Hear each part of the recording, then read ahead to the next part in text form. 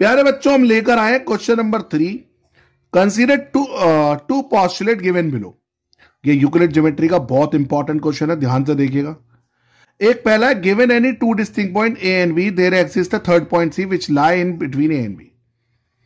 और दूसरा है, there exist at least 3 points that are not on the same line.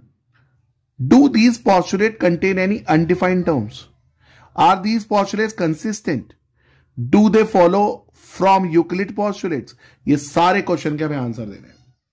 देखो बेटा, सबसे पहले देखो, there are several undefined terms which can be listed and postulate 1 and 2 are consistent because they deal with the separate situations. तो सबसे पहले consistent का मतलब क्या हुआ कि अगर दो postulate separate context की बात कर रहे हैं, जैसे postulate 1 है state that, भाई सही बात है ना, 2 पॉइंट यहां पर है और सी उनके बीच में लाई कर रहा है। देखो, state that the given points A and B and there is a point C lies on in a between them. Obviously lie कर सकता है एक पॉइंट।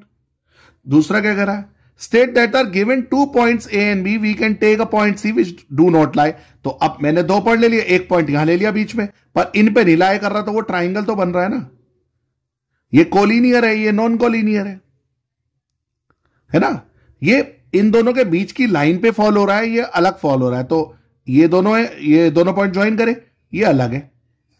तो अब it is observe that the postulate do not follow Euclid postulate.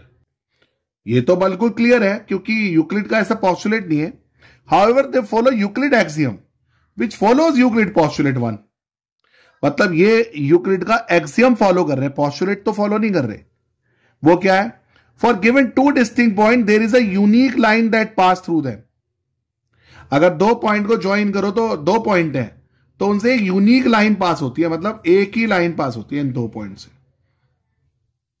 तो बच्चों, इसको ना स्क्रीनशॉट ले लो और एक बार और पढ़ो अच्छे से, आपको ये बेहतर समझ में आ जाएगा। बस याद रखना, कंसिस्टेंट वर्ड का मतलब क्या हुआ, because they deal with the separate situations, इसलिए ये कंसिस्टेंट है। अगर ये सेम ही सिचुएशन की बात कर रहे होते ना, इनकंसिस्टेंट होते। समझ रहे? तो अच्छे से देखिए, समझिए, एक बार और पढ़िए और कमेंट सेक्शन में बताइए आपको ये वीडियोस कैसे लगे।